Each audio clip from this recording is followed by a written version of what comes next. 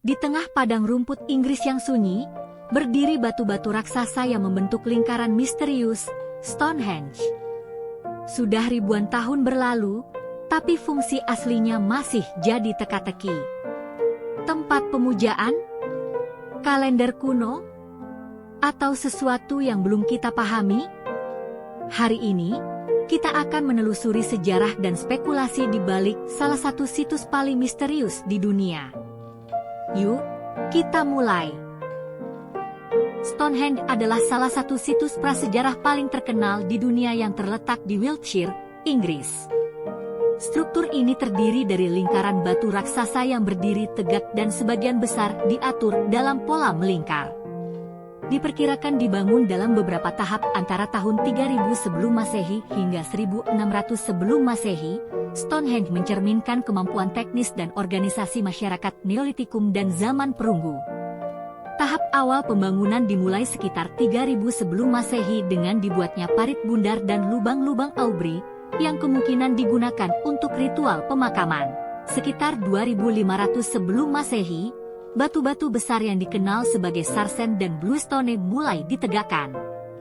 Batu sarsen yang lebih besar didatangkan dari Marlborough Downs, sekitar 30 km dari lokasi, sementara bluestone yang lebih kecil diduga berasal dari pegunungan Preseli di Wales, yang berjarak lebih dari 200 km. Proses pemindahan dan penegakan batu-batu ini menunjukkan keterampilan luar biasa dan dedikasi dari masyarakat kuno. Fungsi asli Stonehenge masih menjadi misteri hingga kini. Beberapa teori menyebutnya sebagai tempat pemujaan matahari, kalender astronomi, situs penyembuhan, atau tempat pemakaman penting. Kesesuaian susunan batu dengan fenomena langit seperti titik balik matahari musim panas dan musim dingin mendukung teori bahwa Stonehenge memiliki makna astronomis atau keagamaan. Namun, karena minimnya catatan tertulis dari masa tersebut, para arkeolog dan sejarawan terus memperdebatkan maksud sebenarnya di balik pendirian struktur megah ini. Hingga sekarang, Stonehenge tetap menjadi simbol misteri peradaban kuno dan daya tarik bagi para peneliti maupun wisatawan dari seluruh dunia. Stonehenge tidak dibangun sekaligus, melainkan melalui 4 hingga 5 fase konstruksi yang berlangsung selama lebih dari 1 milenium. Fase pertama dimulai sekitar 3000 sebelum Masehi, ketika masyarakat Neolitikum menggali parit melingkar berdiameter sekitar 110 meter, lengkap dengan pintu masuk dan lubang-lubang yang kemudian dikenal sebagai lubang Aubrey. Lubang-lubang ini kemungkinan besar berfungsi sebagai tempat pemakaman atau bagian dari ritual keagamaan. Di sekelilingnya, ditemukan sisa-sisa kremasi manusia, yang menjadikan Stonehenge sebagai salah satu situs kremasi tertua yang diketahui di Kepulauan Inggris.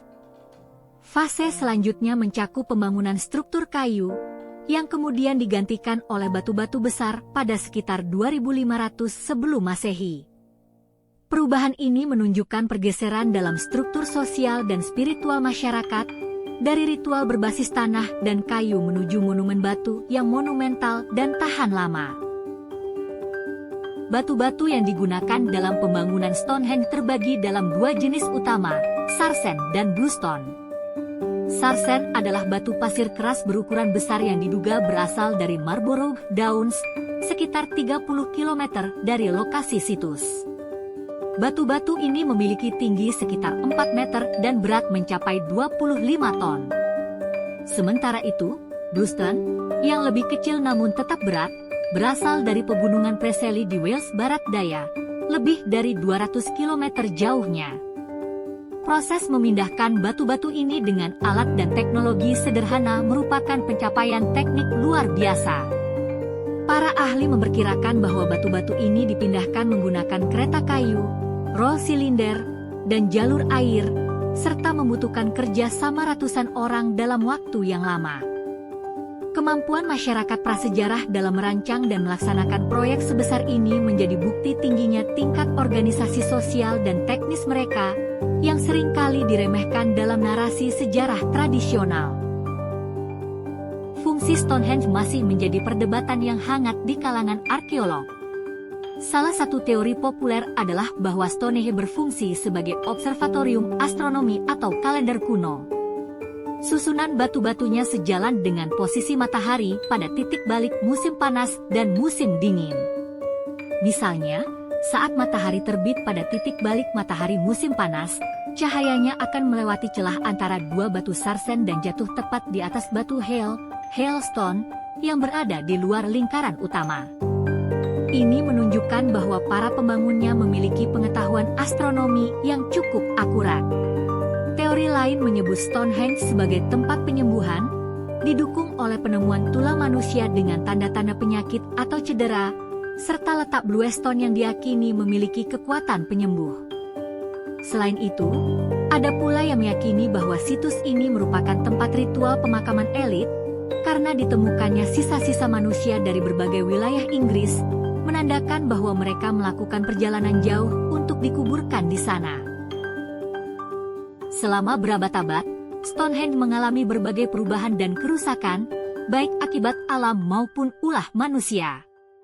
Beberapa batu jatuh atau rusak akibat cuaca dan erosi, sementara yang lain dicuri atau dirusak pada abad pertengahan untuk dijadikan bahan bangunan. Pada abad ke-19 dan awal abad ke-20, perhatian terhadap pelestarian situs mulai tumbuh, yang akhirnya mendorong dilakukan restorasi dan penggalian arkeologis besar-besaran. Banyak batu yang roboh ditegakkan kembali, dan sebagian area dibersihkan dari puing-puing.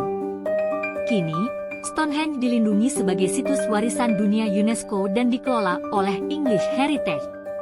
Tempat ini juga menjadi pusat kegiatan budaya, terutama pada saat titik balik matahari, ketika ribuan orang berkumpul untuk merayakan tradisi kuno dan modern.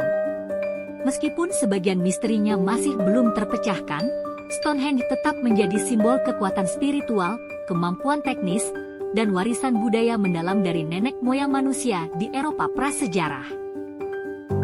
Stonehenge membuktikan bahwa nggak semua peninggalan masa lalu datang dengan jawaban, kadang justru pertanyaannya yang bertahan lebih lama. Meski misterinya belum terpecahkan, kehadirannya tetap memikat dan mengundang rasa ingin tahu. Terima kasih sudah ikut menyelami cerita ini bareng saya. Kalau kamu suka bahasan sejarah yang penuh tanda tanya kayak gini, jangan lupa like, komentar, dan subscribe. Sampai jumpa di video selanjutnya.